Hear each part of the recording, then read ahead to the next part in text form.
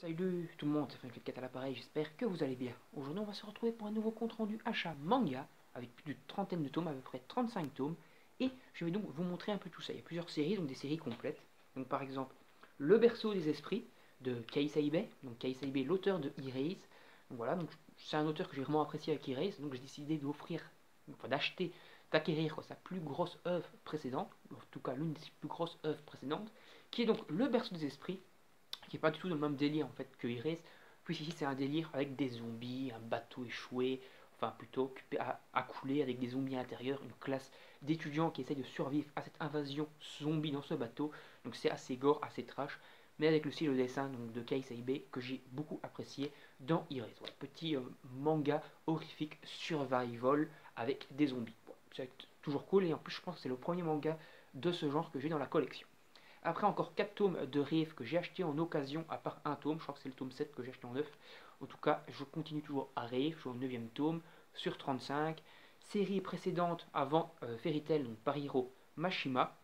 La plus grosse série qu'il a fait avant Fairy Tail. Sa première série, en tout cas la série qu'il a rendue connue, c'est-à-dire Rive. Voilà. Toujours dans le même délire que Fairy Tail. Des magiciens et compagnie avec des personnages assez ressemblants aux personnages de Fairy Tail. Ce que fait toujours donc Mashima, c'est-à-dire des persos assez ressemblants. C'est encore le cas d'ailleurs dans Hidden Zero, où les personnages sont quand même assez proches physiquement d'anciens personnages des œuvres précédentes. Après, j'ai pris l'intégralité de Testament of Sister New Devil, donc j'avais déjà le Storm, là c'est la version précédente, la version plus longue, en 9 tomes.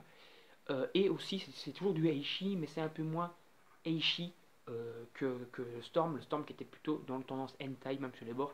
Ici, c'est un peu plus soft et l'histoire est un peu plus développée. Donc, pourquoi j'ai pris cette version de New Sister New Devil.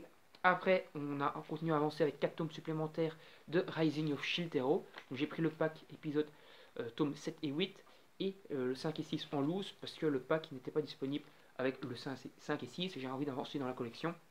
Donc j'aurais pas entre guillemets la petite couverture décorative qu'il y avait dans les packs. Je ne les aurais pas en tout cas pour le 5 et le 6. Mais ce n'est pas trop grave. Ça a fait juste un petit manquement.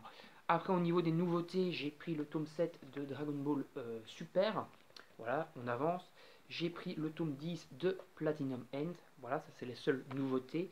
Et j'ai conclu la série donc Deadtopia, c'était le dernier volume, le volume 8, en enfin, il est plus copieux que les autres, il doit faire pas loin des 250 pages. En tout cas, ça permet de conclure donc la série d'Ectopia. Et après, j'ai commencé la série en 3 tomes. Enfin, en 3 tomes. J'ai 3 tomes sur 13, le tome 2 à 4, voilà, de Nausea Kana. J'ai commandé la suite, donc il y a 13 tomes en tout. Donc voilà, bientôt fini. Voilà, donc j'ai été assez rapidement, donc je vais un peu vite vous remontrer. Donc on a Nausea Kana qui est donc un Eishi aux éditions Kurokawa. On a Deptopia, série conclue, avec le dernier tome qui me manquait. Niveau nouveauté, Platinum N, tome 10. Dragon Ball Super, tome 7. On a l'intégralité de New Sister of New Devil en 9 volumes. On a continué à avancer dans Rave du tome 6 à 9. Voilà, petite avancée dans la série Rave de Hiro Mashima.